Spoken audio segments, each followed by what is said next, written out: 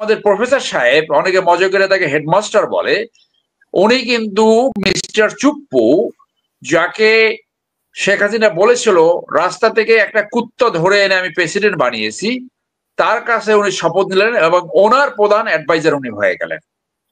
So it was bound to fail and it has almost fail.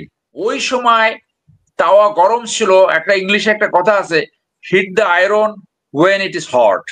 তো এখন iron কিন্তু ঠান্ডা হয়ে গেছে, এখন তো সবাইকে এক জায়গায় আনতে পারবেন। এখন BNP is the biggest player now, biggest stake holder.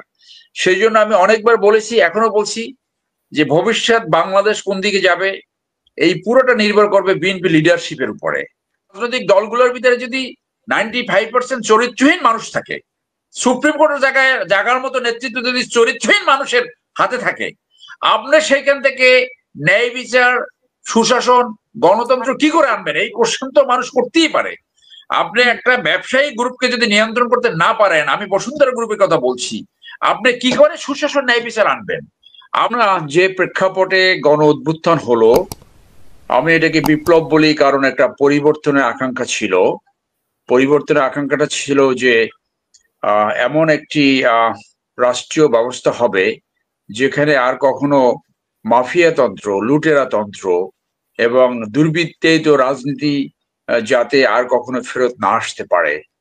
So সেই ধরনের আকাঙ্ক্ষাকে পরিপূর্ণতা দিতে হলে অবশ্যই দরকার ছিল একটি বিপ্লবী সরকার। এবং বিপ্লবী সরকার বিপ্লবের পর মুহূর্তে যদি করা না হয়, তখন সেই সুযোগ হাতছাড়া হয়ে যায়। পৃথিবীতে যদি আপনি দেখেন যে বিপ্লব কেন ফেল করে, বিপ্লব ফেল করে এই কারণে যে বিপ্লব সংগঠন যতখানি কঠিন, বিপ্লবের পরে সরকার পরিচালনা আরো বেশি কঠিন। এবং পৃথিবীতে যে সমস্ত দেশে যুদ্ধ পরবর্তী অথবা বিপ্লব পরবর্তী সাকসেসফুল হয়েছে, আপনি দেখবেন যে সেইখানে ওই ধরনের নেতা আসছে যারা মূলত ওয়ার হিরো ছিল। উদাহরণস্বরূপ আমি আগেও বলেছি, এখনো বলছি, যে ফ্রান্স পুনর্গঠন কে করলো? চার্লস দ্য গল। সে কে ছিল? সে ছিল ওয়ার হিরো। যুগোস্লাভিয়াকে একত্রিত কে করেছিল? মার্শাল টিটু। সে কে ছিল? War hero. কিন্তু আমরা দেখলাম যে এই ছাত্ররা একজন শিক্ষকের উপর ডিপেন্ড করে, আসিফ নজরুল সাহেবের উপর ডিপেন্ড করে আর একজন হেডমাস্টার নিয়ে আসলো, যিনি নোবেল পুরস্কার পেয়েছেন, যার একটা ব্র্যান্ডিং রয়েছে, কিন্তু রাষ্ট্র পরিচালনার কোনো অভিজ্ঞতা তার নাই। স্পেশালি ক্রাইসিস হ্যান্ডেল করার কোনো অভিজ্ঞতা তার তো নাই, অন্য কারো নাই। এই টিমে যারা আছে, উনি নিয়ে আসলেন কাদেরকে? যে আমি যাদেরকে চিনি তাদেরকে আমি নিয়ে আসি। এরপরে উনি সুযোগ পেয়েছিলেন সাহসী, যোগ্য, যারা ভয়ভীতি উপেক্ষা করে 5ই আগস্টের আগে বাংলাদেশে জনগণের পক্ষে কথা বলেছে, দেশের স্বার্থের পক্ষে কথা বলেছে, তাদের উনি একজনও নিয়ে আসলেন না। এর ভিতরে 2-1 জন আছে চাটুকর, মানে সময় মতন চেহারাটা দেখিয়েছে, কিন্তু রাষ্ট্র পরিচালনার কোনো অভিজ্ঞতা নাই। যার জন্য এই সরকার যখন অন্তর্বর্তীকালীন সরকার নাম দিয়ে গঠন হলো, ওইখানে ওটা ব্যর্থ হয়ে গেছে। ওইটা ব্যর্থ হয়ে গেছে তখনই যখন চুপ্পুর কাছে তারা এই শপথ দিয়ে রাষ্ট্র পরিচালনা করলো। সো আমাদের প্রফেসর সাহেব, অনেকে মজা করে তাকে হেডমাস্টার বলে, উনি কিন্তু মিস্টার চুপ্পু, যাকে শেখ হাসিনা বলেছিল রাস্তা থেকে একটা কুত্তা ধরে এনে আমি প্রেসিডেন্ট বানিয়েছি, তার কাছে উনি শপথ নিলেন এবং ওনার প্রধান অ্যাডভাইজার উনি হয়ে গেলেন। So it was bound to fail and it has almost fail. তো সেইখানে আপনি দেখেন যে এই ধরনের পরিস্থিতিতে অনেকগুলো ফ্যাক্টরস থাকে। মনে করেন প্লেয়ার্স তো থাকে, অনেক প্লেয়ার যারা ডাইরেক্ট এই উদ্বোধনে কন্ট্রিবিউট করছে, যারা ইনডাইরেক্ট কন্ট্রিবিউট করেছে। এখানে সেনাবাহিনী একটা স্টেক হোল্ডার, এখানে সিভিল সোসাইটি একটা স্টেক হোল্ডার, এখানে ফরেন রিলেশনস স্পেশালি ভারত একটা স্টেক হোল্ডার। এই সব কিছু বিবেচনায় নিয়ে যেভাবে রাষ্ট্র পরিচালনা করা প্রয়োজন ছিল, তার কোনই হয়নি। উনি গান্ধী টাইপের একটা অত্যন্ত লিবারেল একটা ডেমোক্রেসি পরিচর্যা করছে। সেইটা বাংলাদেশে বিপ্লব উত্তর পরিস্থিতি অ্যাড্রেস করার জন্য কোনোভাবেই সেইটা অ্যাড্রেস করার মতো অবস্থানে ছিল না। তো সেই জন্য এটা ফেল করার কথা ফেল করেছে। আওয়ামী লীগ এখন বুঝে গেছে যে আসলে কারোই শাস্তি হবে না। এই 54 বছরে কোনো দুর্নীতির মামলা শাস্তি হয়নি, কোনো একটি আপনার প্রতারণা অথবা এই যে হায় কোম্পানি টাইপ যে আছে কারোই কোনো বিচার হয়নি। সো তারা বুঝে গেছে এটাকে একটা বিচার একটা খেলা হবে, আসলে এইটা ওই বিচার হবে না। সো এই জন্য কিন্তু যারা ওই যে ভিতরে আছে তারা ওই কোর্টে যাবে আর আসবে। এই যে বিচার প্রক্রিয়া মারুফ ভাই যেটা বললো, এটার উপর তো এপিলেট ফর্ম আছে। এই বিচার প্রক্রিয়ায় আমি বাংলাদেশে আন্তর্জাতিক অপরাধ ট্রাইব্যুনালের 3টা মামলা এজ এ ডিফেন্স কাউন্সিল আমি পরিচালনা করেছি। কোন মামলা 4 বছরের আগে শেষ হয়নি। এইটা যদি খুব দ্রুত করে তাও 1 থেকে 1.5 বছর হইলো মিনিমাম সময়। এই সময়টা আপনি করার পরে তা তো 1 বছর হয়ে গেছে, আর 6 মাসে সাক্ষী, সেই সাক্ষীর জেরা, আর্গুমেন্টস, এইটা অত্যন্ত ডিফিকাল্ট যে বাকি 6 মাসে এটা শেষ করতে পারবে কিনা। সো এখন হইলো আপনার অগাস্ট, যদি ফেব্রুয়ারিতে আমরা নির্বাচন ধরি তাহলে 5 এবং +2 7 মাস। 7 মাসে একটা জাজমেন্ট হলেও হতে পারে, বাকিগুলো তো হবে না। 1 2 নম্বর হলো যারা পালিয়ে গেল, যে ফ্যাসিজম সৃষ্টি হলো, এটার জন্য মূল দায়ী কে ছিল? মূল দায়ী ছিল পলাতক শেখ হাসিনা, মূল দায়ী ছিল পলাতক শেখ হাসিনার বোন, মূল দায়ী ছিল পলাতক শেখ হাসিনার বেআই তারেক সিদ্দিকী। এই সহ যারা ফ্যাসিজম সৃষ্টি করলো, ওই পরিবার এবং পরিবারের আত্মীয় স্বজন, চাকর বাকর সহ যারা এই ফ্যাসিজম সৃষ্টি করলো, একটা লোককে কেন অ্যারেস্ট করা গেল না? কে এই জন্য রেসপন্সিবল? পালিয়ে যেতে কারা সহযোগিতা করলো? আপনি তো এইগুলা কোনো কিছু জবাবদিহিতার সম্মুখীন করতে পারেননি। কতগুলো কমিশন করেছেন, এই commission will produce eventually nothing যদি ভবিষ্যতে যারা নির্বাচনের মাধ্যমে আসবে তারা যদি এইটাকে গ্রহণ না করে। প্রথম 11-এর সময় যতগুলা সংস্কার প্রস্তাব এসেছিল তার ভিতরে 2/3 গ্রহণ করেনি। সো এখানে এই রেজাল্টই হতে পারে। সেই জন্য এই 12 মাসে যে প্রোক্লেমেশনের যে সুযোগ ছিল সেই সুযোগটা সম্পূর্ণ হাতছাড়া হয়ে গেছে। এবং এই কথার সাথে আমি একমত, এইটা ওই এনসিপির একটা এজেন্ডা হিসেবে আবির্ভূত হবে। ওই সময় তাওয়া গরম ছিল, একটা ইংলিশে একটা কথা আছে, hit the iron when it is hot. তো এখন আয়রন কিন্তু ঠান্ডা হয়ে গেছে, এখন তো সবাইকে এক জায়গায় আনতে পারবেন। এখন BNP is the biggest player now, biggest stake holder.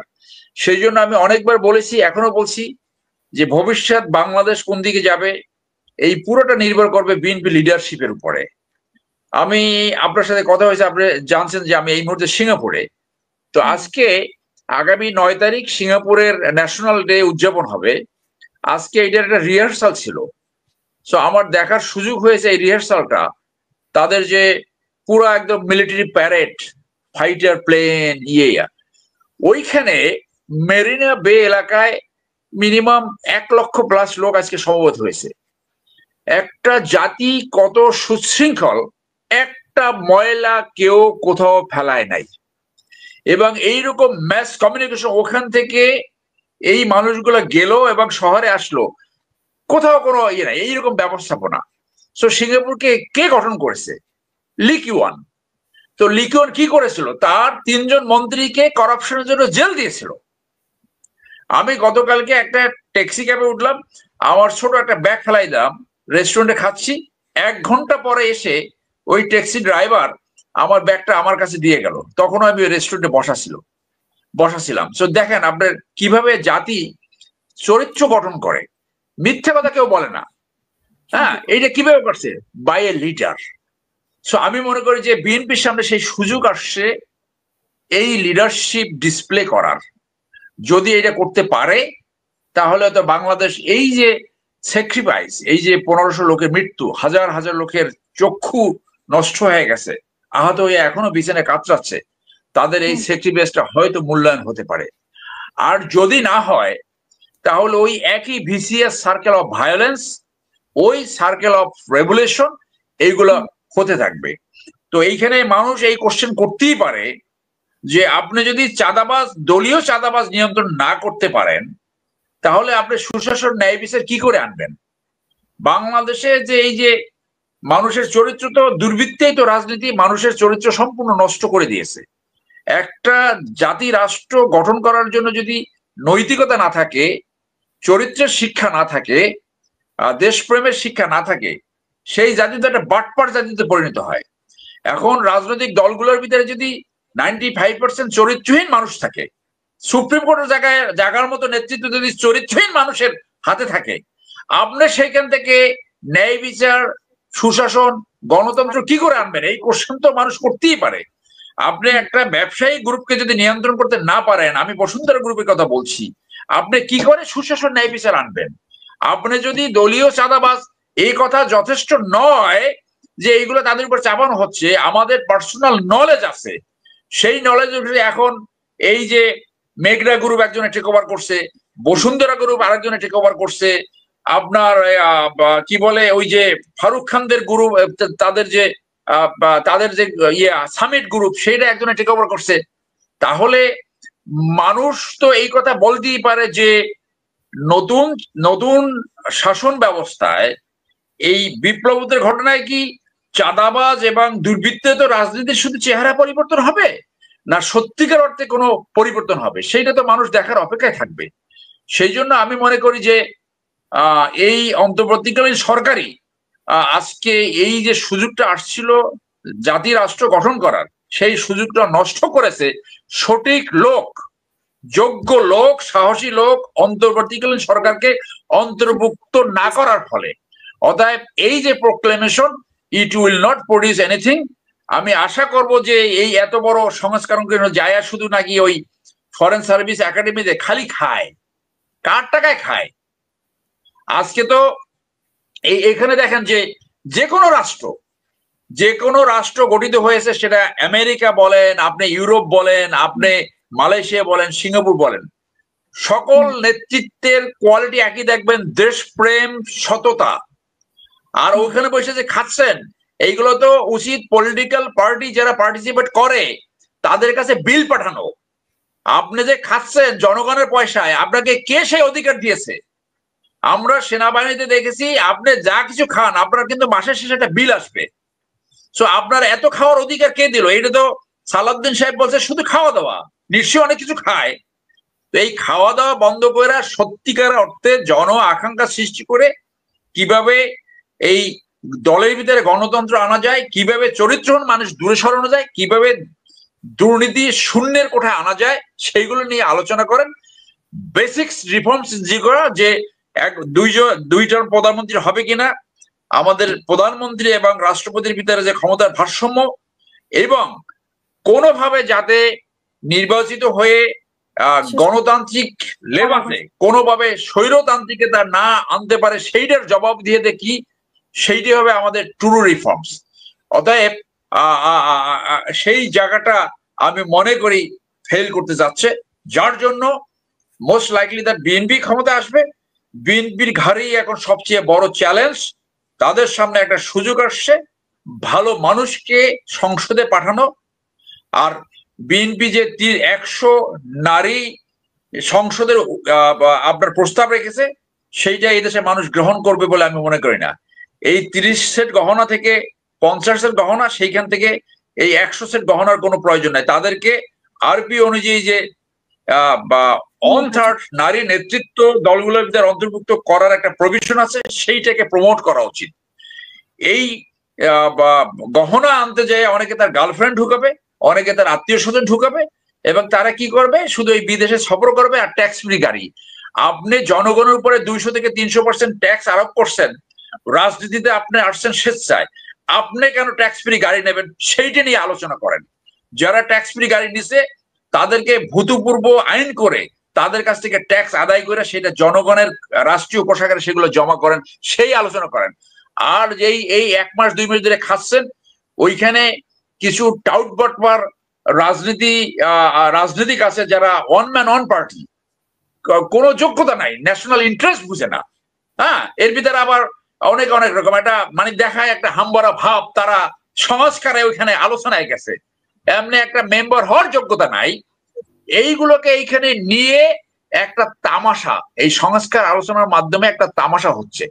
মানুষ দেখতে চায় এই যারা খুনি এবং যারা গণহত্যা করেছে তাদের সত্যিকারের দ্রুত বিচার করতে হবে, এবং যারা দুর্নীতি করছে, যারা মানি লন্ডারিং করছে, যারা পালিয়ে গেছে, অন্তত তাদের যে বাংলাদেশে যে সম্পত্তিগুলো রেখে গেছে সেই সম্পত্তিগুলো রাষ্ট্রীয় কোষাগারে কত দ্রুত ফেরত আনতে পারেন, সেইটা হবে সত্যিকারের সংস্কার।